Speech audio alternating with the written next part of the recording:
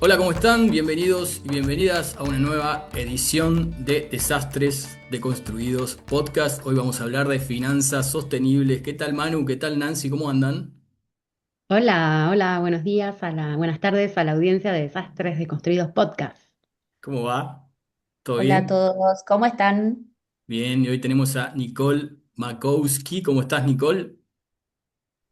Hola, muy bien y espero que ustedes también. Estamos bien, te voy a presentar, dale.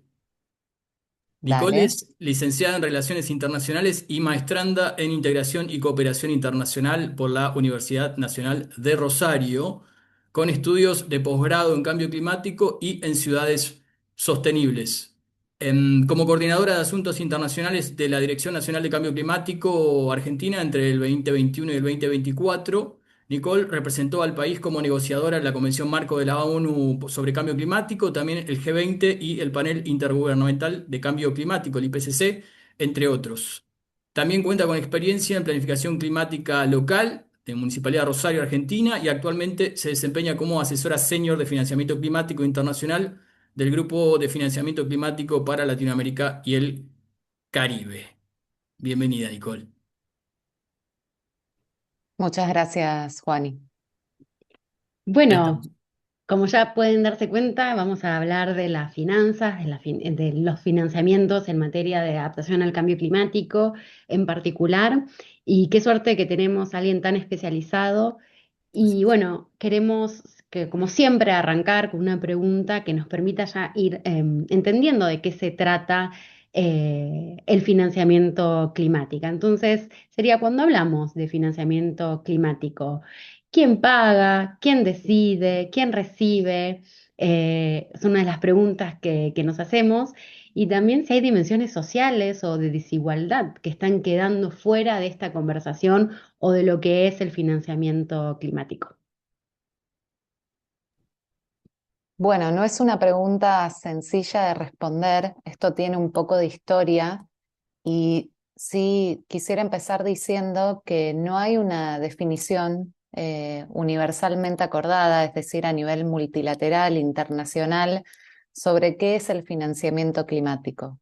Y esto lo que provoca es que haya, digo, todavía al día de hoy, eh, a 11 años de la adopción del Acuerdo de París, que es el último tratado internacional que tenemos en materia de cambio climático, discusiones sobre financiamiento climático.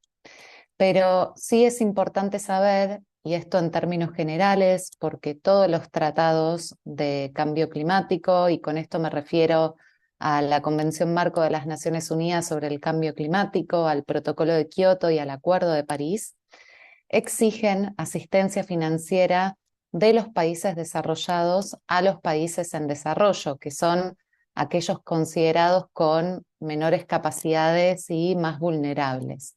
Qué Y esto, interesante. y esto también está muy asociado, y quizás lo hayan escuchado, a lo que es una deuda histórica, que viene de un principio del derecho ambiental internacional, que es el principio de responsabilidades comunes pero diferenciadas, que justamente hace referencia a que el cambio climático, si bien es un fenómeno que tiene sus orígenes, a ver, orígenes vamos a decir globales, compartidos, ¿no? Claramente, digo, son diferenciados esos orígenes, ¿no? Son los Claro. países justamente Totalmente. industrializados los que más responsabilidades tienen por donde nos encontramos, digamos, al día de hoy con respecto al cambio climático. Pero más allá de esto y lo que está en los papeles, en estos tratados, también me parece interesante señalar que hay países en desarrollo, ¿no? Como China, que también están movilizando muchísimo dinero para financiamiento climático. Entonces, esto también es algo que cada vez vemos mucho más.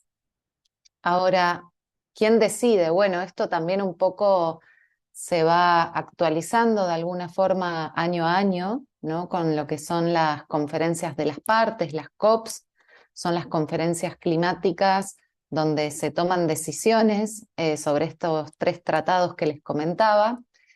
Pero sí quisiera destacar que venimos de una seguidilla de compromisos incumplidos, ¿no? Particularmente hubo uno en materia de financiamiento climático allá por 2009, en la COP15 de Copenhague, Dinamarca, donde se estableció que los países desarrollados debían movilizar hacia los países en desarrollo unos 100.000 millones de dólares anuales, ¿no? Y esto entre 2020 y 2025. Y sabemos, digo, si bien hay un informe de la OCDE, que es la Organización para la Cooperación y el Desarrollo Económicos, digo, la OCDE tiene una metodología particular y ellos mantienen que este compromiso de los 100.000 millones se cumplió. Digo, hay muchos que cuando miramos los números finos sostenemos que no.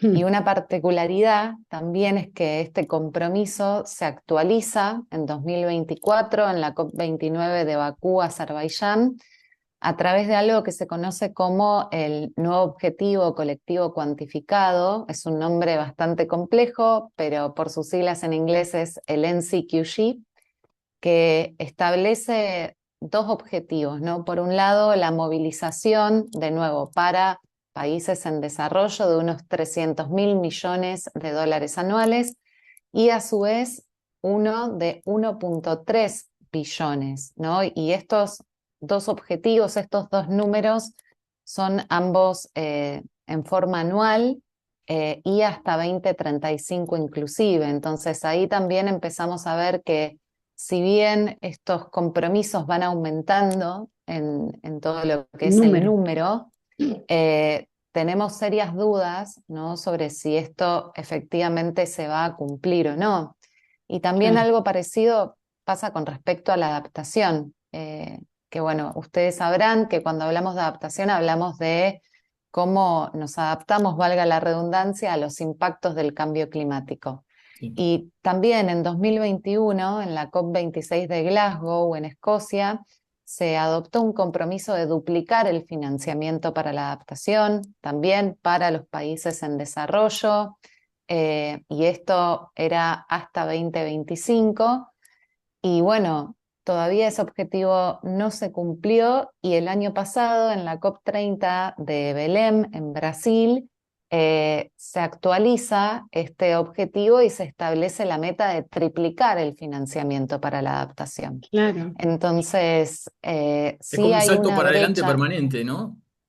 Eh, claro, hay un Y, Paul, y reconocimiento. no hay para entender un poco, y no hay, digamos, porque no es no es obligatorio. O claro. sea, o hay alguien que tiene que ver si se cumple o no, y no sé si es punitivo, si no es punitivo. Yo pensaba ¿Qué preguntar lo implica mismo. si yo Si es no hago el vinculante, no acuerdo? vinculante, claro, sí, sí, Claro, sí, Sí, vinculante es, yo siempre digo que hay que pensar las decisiones de la COP como si fueran decretos reglamentarios de una ley. Ahora, lo que no existe en las negociaciones de cambio climático, estos tres tratados internacionales, es un poder de policía. ¿Qué quiere decir esto? Que nadie va a venir a reclamar por el incumplimiento de estos compromisos. Entonces ahí también tenemos un problema y claramente estos compromisos de financiamiento, sobre todo en el contexto actual en el que nos encontramos, se imaginarán que van muy de la mano con lo que sucede a nivel internacional. Digo, pasó durante la pandemia de COVID-19 y ahora también, digo, tememos que suceda lo mismo con las diferentes guerras que están en curso. Entonces, todo lo que sucede a nivel internacional, digo, está claramente como interconectado, ¿no? claro, repercute. Ujú. Ujú, así es. Y después también, bueno, esta pregunta, ¿no? De las dimensiones sociales y de desigualdad.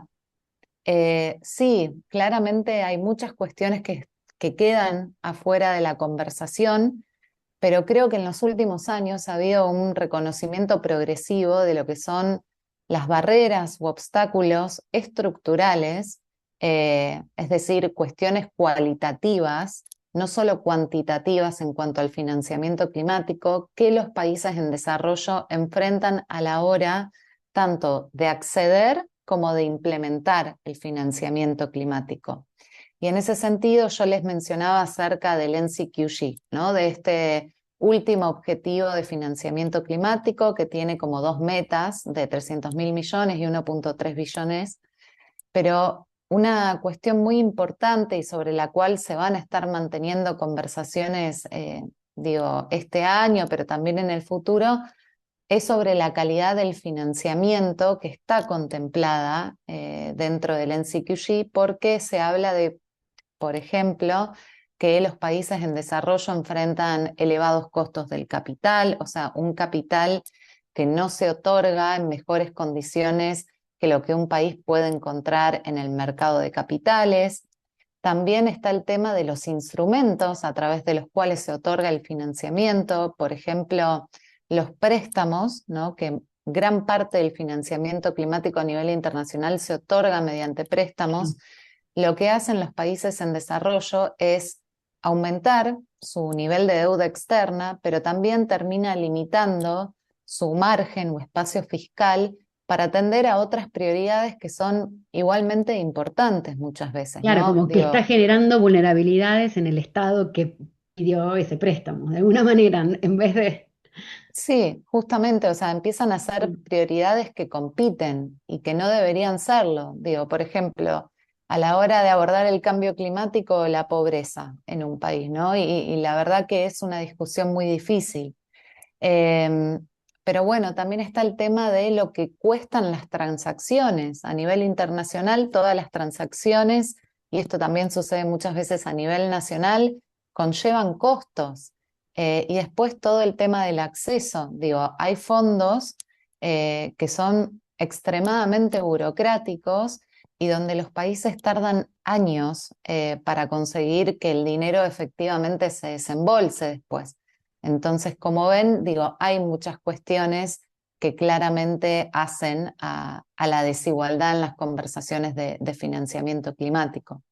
Claro. Para darles algunos Sí. números, en GEFELAC nosotros tenemos una herramienta que se conoce como el Índice de Finanzas Sostenibles, donde analizamos el estado de las finanzas en los 20 principales países emisores a nivel regional, y lo que encontramos es que, y esto en 2023, pero más del 90% del financiamiento climático que recibió América Latina y el Caribe fue en forma de préstamos.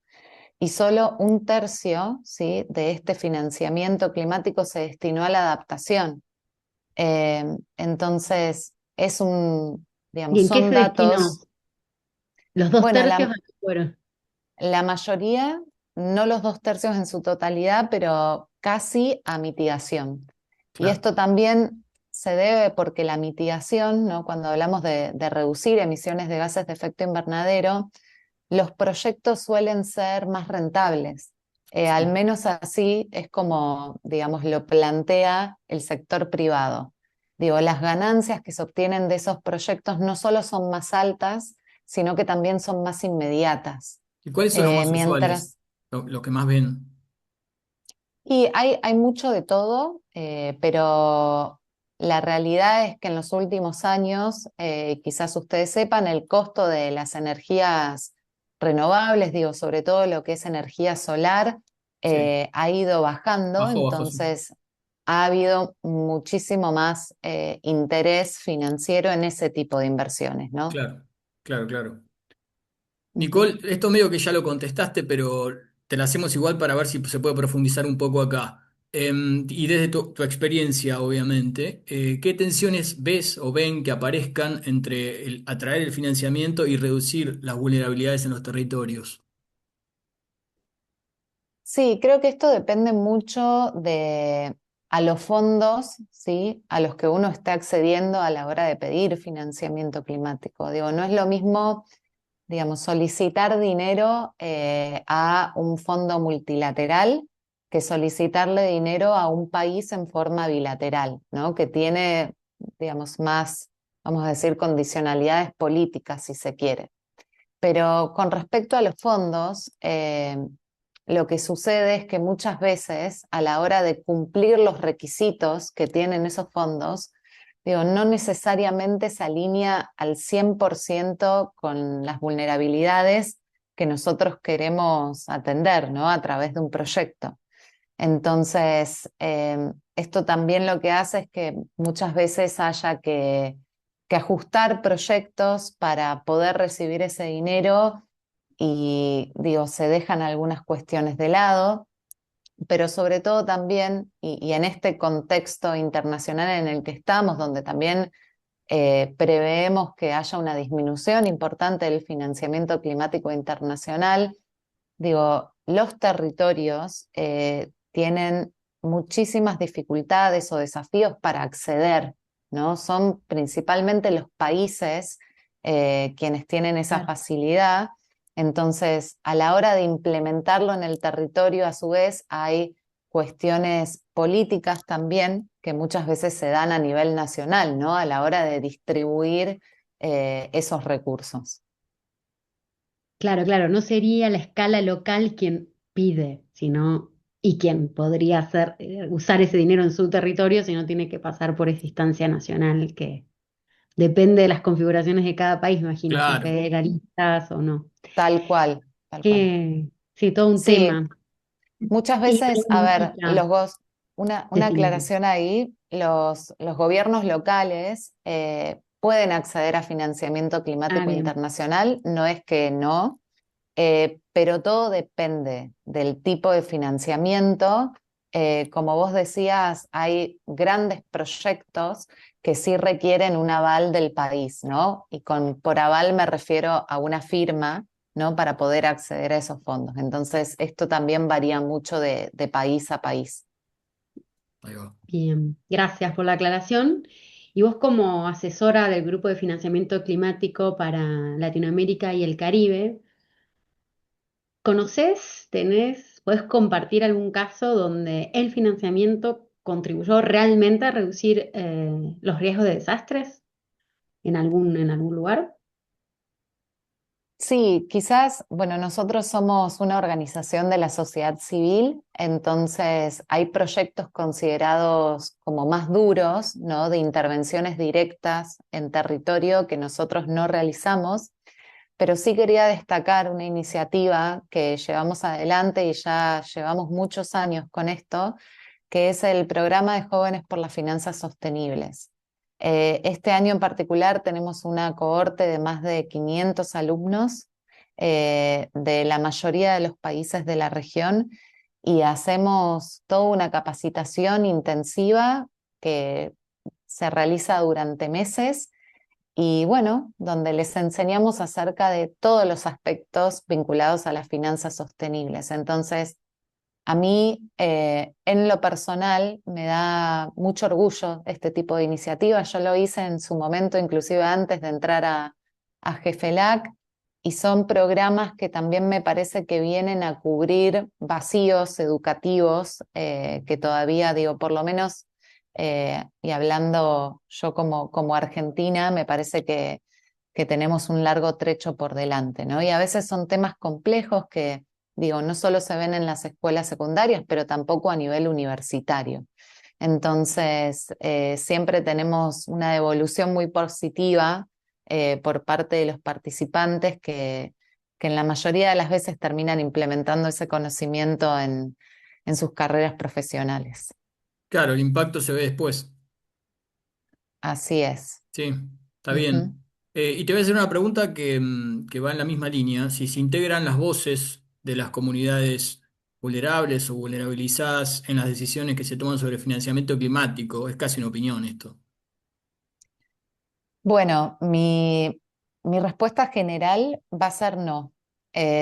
Al menos no en lo que son los grandes fondos multilaterales, ¿no? O mismo instituciones financieras internacionales como el fondo, como el FMI, o por ejemplo, bancos multilaterales de desarrollo, ¿no? Como el Banco Mundial. eh, FMI, Fondo Monetario Internacional, yo siempre trato de decir, digo, los nombres de las siglas porque nos manejamos mucho con siglas, pero sí me parece que ha habido un reconocimiento creciente, ¿no? De la importancia que tienen las comunidades locales en cuanto a su participación en el diseño, implementación y ejecución de los proyectos que efectivamente abordan el cambio climático. Y un ejemplo también es el Fondo para la Respuesta ante Pérdidas y Daños, que es el último fondo multilateral que se adopta, ¿sí?, a través de las negociaciones de cambio climático. Pero acá también hay que hacer una aclaración, que si bien la participación de estas comunidades está prevista, todavía no está garantizada ni plenamente resuelta. O sea, pueden participar en las reuniones de lo que es la junta directiva de este fondo, pero no tienen poder de voto. Claro. Entonces, digo, ahí también hay una contradicción muy importante y también me parece que hay que destacar que las necesidades de las comunidades mismas varían muchísimo.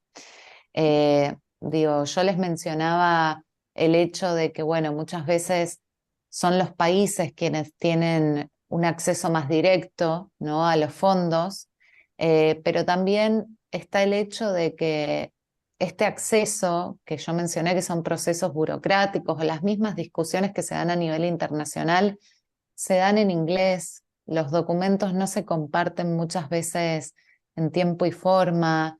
Digo, entonces hay muchas cuestiones que están vinculadas a la participación y que, bueno, siguen obviamente dificultando todo esto. Claro, una participación real e inclusiva, ¿no? Y poner todo para Ujú. que esto suceda. Y la pregunta que, bueno, la siguiente era en términos de esto, ¿no? Estamos viendo como, bueno, existe, hay financiamiento que obviamente ayuda y es necesario, y estamos como también viendo que hay ciertas desigualdades o cuestiones que serían, no sé, prudentes o que sería mejor poder resolverlas. Entonces, desde esta perspectiva de justicia climática, ¿qué pensás de vos acerca de qué cambios serían necesarios en la forma en que se asigna el financiamiento? Bueno, muchas. En realidad creo que a nivel internacional hay que mejorar estos procesos para el acceso. em, y a la hora de mejorar los procesos me refiero a que hay que acortar los tiempos. Claramente tienen que ser más inclusivos. Digo, la población tiene el derecho de estar al tanto de lo que sus representantes, digo, están discutiendo a nivel internacional. También la población tiene que saber, digamos, en qué se asigna el financiamiento climático que recibe un país. Y esto tiene que estar hecho en una forma sencilla, ¿no? Vemos que muchos países, por ejemplo, ni siquiera tienen una página web dedicada a decir, bueno, nosotros como país accedimos a estos fondos y los estamos destinando a esto por tal motivo. Sí, O digo, transparencia. sí, o mismo decir, bueno, estas son las oportunidades que ustedes desde el territorio tienen para acceder a esos fondos. Después también hay cuestiones, digo, todas las cuestiones más políticas que intervienen a la hora de acceder, también me parece que es necesario, digo, tratar de abordarlas de la mejor forma posible. Esto es muy difícil de hacer, ¿no? Pero hay cuestiones como lo que son las agencias calificadoras de riesgo, que en Argentina es muy bien conocido, digo, por el mismo FMI y por varios problemas macroeconómicos que tenemos, digo, pero todas esas cuestiones que son como evaluaciones de agencias independientes, de dudosa procedencia, también que terminan afectando, ¿no? Cómo el país está posicionado a la hora de acceder a financiamiento. Entonces son varias las cuestiones. Bien, claro, clarísimo. En esto que hablabas, ¿no? Como de las negociaciones y los contextos en los que se dan, desde, vos tenés un perfil de negociadora y tu experiencia fue como negociadora, ¿qué es lo que más, esto es como mucho más personal, qué es lo que más te sorprende o te sorprendió para bien o para mal cuando se negocian em, estos, estas finanzas sobre el cambio climático a nivel global? Y queríamos preguntarte también un poco más cuando hablas del contexto latinoamericano, ¿no? Como que marcan muchas diferencias entre, entre regiones. Bueno, voy a empezar con lo positivo. para bien, diría que la calidad personal de los negociadores. Em, Esto me ha sucedido de tener muchas diferencias con otros negociadores, digo, diferencias que provienen de las mismas posiciones de los países, ¿no? Pero creo que hay una separación entre lo que es el trabajo y lo que es, digo, lo personal, y inclusive al día de hoy, que ya no soy más negociadora por Argentina, digo, tengo vínculos de amistad con muchos negociadores, entonces eso me parece algo buenísimo y creo que también eso se ve mucho a nivel regional, porque a nivel regional no existe un grupo negociador de América Latina y el Caribe, ¿no? La región está separada en varios grupos y esto sobre todo se debe a que hay diferencias en materia de mitigación. Pero más allá de esto, sí existe una gran solidaridad entre los países de la región, o sea, hay un espíritu muy fuerte de pertenencia y algo que decimos es que siempre los latinos terminamos gravitando automáticamente unos hacia los otros en estos espacios. Eh, y para mal, sí diría que las negociaciones se trata de un club muy cerrado. Establecerse como negociador lleva tiempo, por lo general años. No es que uno empieza a participar en representación de un país y va a estar metido en todas las conversaciones. Hay que intervenir públicamente para figurar. Y también hay una cuestión del lenguaje, ¿sí? Los tecnicismos que se manejan. Y esto también en términos procedimentales de cómo funcionan las negociaciones. Entonces, hay una curva de aprendizaje muy importante y bueno, esto también es muy difícil porque los equipos se suelen renovar constantemente. Entonces, sí diría que eso es algo bastante negativo. Claro. Bien, bien. Me Y gustó muchísimo lo que comentaste del aspecto latinoamericano, así. Y un poco también vinculado con esto, con lo humano en estos procesos que hablamos. Siempre en nuestro último bloque preguntamos si leyeron algún libro o quieren compartir algún libro que estén leyendo, con los seguidores y las seguidoras del podcast. Bueno, también empezando por uno no vinculado al tema de financiamiento, pero sí es un libro que terminé hace poco y que se convirtió en uno de mis favoritos, que también seguramente ustedes lo conozcan, pero es La llamada de Leila Guerriero, sí, que bueno, cuenta un poco la historia de una presa política durante la dictadura, la última dictadura de Argentina. Y también me parece importante destacar que, bueno, hemos conmemorado recientemente unos 50 años de esa última dictadura. Eh, Me parece sumamente interesante, inclusive si no son de Argentina, ¿no? Para conocer un poco más también del contexto regional, de qué es lo que estaba pasando en esos años. Y sí, en materia de financiamiento, quería dejarles una recomendación. Hay una guía de bolsillo sobre financiamiento bajo la Convención de Cambio Climático.